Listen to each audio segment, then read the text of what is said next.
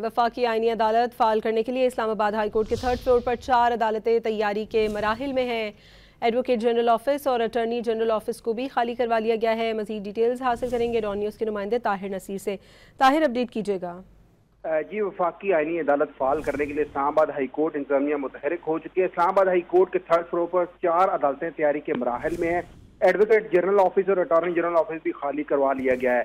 जराये का कहना है कि वफाकी आईनी अदालत की 2 अदालतें 2nd फ्लोर पर कायम होंगी। जस्टिस मोहसिन अख्तर कियानी कोर्ट 2 खाली करने का सिलसिला जारी है, जबकि इस तरह जस्टिस मोहसिन अख्तर कियानी जस्टिस मियां गुल हसन औरंगजेब की अदालत में मुंतकिल होंगे। जराये का यह कहना है कि कोर्ट 1 में चीफ जस्टिस वफाकी आईनी अदालत जस्टिस अमीनुद्दीन खान बैठेंगे, जबकि कोर्ट 2 में चीफ जस्टिस सरफराज जोहर की अदालत मुंतकली का इम्कान है। जी ताहिर नसीर, बहुत शुक्रिया आपका।